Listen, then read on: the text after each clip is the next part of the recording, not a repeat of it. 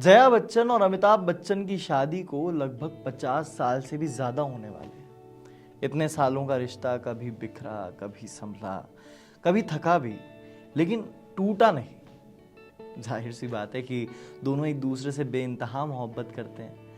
लेकिन क्या आप ये जानते हैं कि दोनों की शादी एक शर्त की बुनियाद पर हुई थी, जो कि खुद अमिताभ बच्चन के पिता श्री हरिवंशम राय बच्चन साहब ने रखी थी। लेकिन आखिर क्या थी ये शर्त, और दोनों को एक दूसरे से मोहब्बत कब हुई, यही जानेंगे हम आज बॉलीवुड किस्सों में। नमस्कार, मेरा नाम है आर्यमन गौतम और आप देख रहे हैं इंडिया टीवी शोबिस की स्पेशल पेशकश बॉलीवुड के अनसुने किस्से।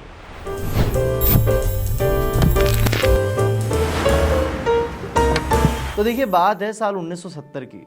पुणे फिल्म इंस्टीट्यूट में अमिताभ बच्चन और जया बच्चन दोनों ही अपनी अपनी क्लासेस लेते थे। दोनों में एक्टिंग को लेकर एक अलग ही खुमार था। जया बच्चन 1963 में ही सत्यजीत रे की फिल्म महानगर में बतौर टीनेज एक्टर डेब्यू कर चुकी थी और जया की एक्टिंग सभी को बहुत पसंद भी आ रही थी। लोग जया को जानने लग गए थे। वहीं अमिताभ बच्चन 1969 में आई फिल्म सात हिंदुस्तानी में आ चुके थे। लेकिन अगर तराजू पर तोला जाए दोनों के फेम को, तो तब उनका स्ट्रगल फेस चल रहा था अमिताभ सर का, और लोग जानते तो थे पर जया बच्चन जितना नहीं। वहीं जया को अमिताभ पुणे फिल्म इंस्टीट्यूट से ही पसंद आ चुके थे। लंबी काठी, बोल्ड आवाज और जाने माने राइटर हरिवंशम राय बच्चन साहब के बेटे। जया को अमिताभ की पर्सनैलिटी काफी अट्रैक्टिव लगी थी। वहीं अमिताभ बच्चन ने जया को पहली बार एक मैगजीन के कवर पेज पर देखा था और वो जया की आंखों में मानो पूरी तरह से डूब चुके थे। किसी ने कहा है ना बहुत खूब शेर की, जाने क्यों डूब जाता हूँ हर बार इन्हें देखकर, एक दरिया है या पूरा समंदर है तेरी आंखें। बिल्कुल बिल्कुल वही हाल था अमिताभ सर का। हालांकि दोनों एक दूसरे से अच्छी तरह से मुखातिब हुए साल 1970 में आई फिल्म गुड्डी के शूट के दौरान। ऋषिकेश मुखर्जी फिल्म को डायरेक्ट कर रहे थे और फिल्म गुड्डी के सेट पर दोनों की मुलाकात के बाद अच्छी खासी दोस्ती भी हो गई।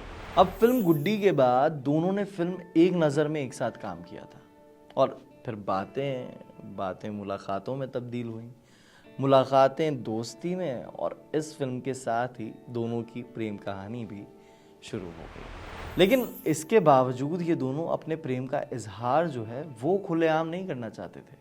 कम से कम प्रकाश मेहरा के डायरेक्शन में बनी फिल्म जंजीर के रिलीज होने के पहले तो बिल्कुल भी नहीं।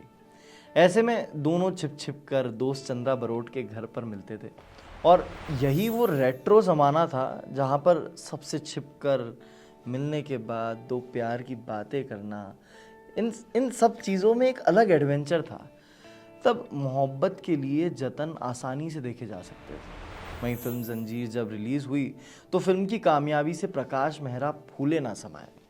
उनके लिए इस फिल्म का सक्सेसफुल होना किसी सपने के सच हो जाने जैसा था और खुशी का गुबार इस कदर छाया था कि डायरेक्टर ने फिल्म के सारे कलाकारों को फॉरेन ट्रिप पर ले जाने का सोच लिया।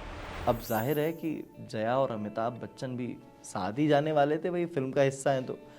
लेकिन इनके लिए ये इतना आसान नहीं था, क्योंकि जब इस बात की खबर अमिताभ बच्चन के पिता हरिवंशम राय बच्चन साहब को पता चली तो उन्होंने एक अजीब सी शर्त रख डाली।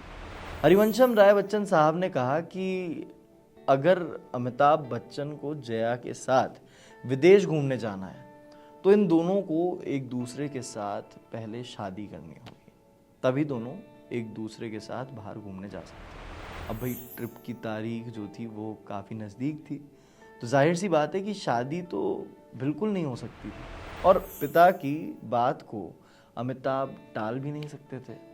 ऐसे में अमिताभ और जया बच्चन काफ़ी पशुपेश में पड़ गए कि करें तो करें क्या, और मुश्किल के इस समय में उनके दोस्त चंद्रा बरोट ही काम आए।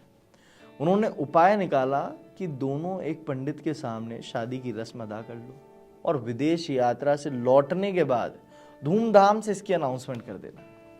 अब आइडिया तो बहुत गजब का था। फिर क्या था, दोनों के परिवार ने भी इस रिश्ते को मंजूरी दे दी।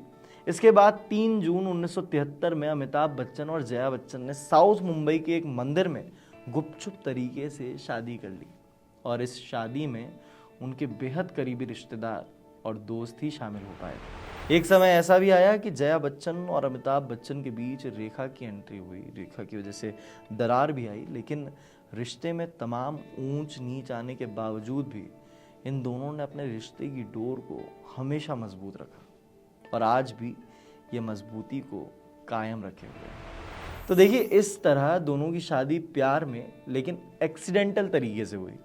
उम्मीद करते हैं कि आपको एक किस्सा अच्छा लगा होगा, इस किस्से से कुछ नया जानने को मिला होगा। अगले हफ्ते फिर मुलाकात होगी एक नए किस्से के साथ, एक नई कहानी के साथ, एक नए किरदार के साथ। तब तक के लिए बहुत बहुत शुक्रिया।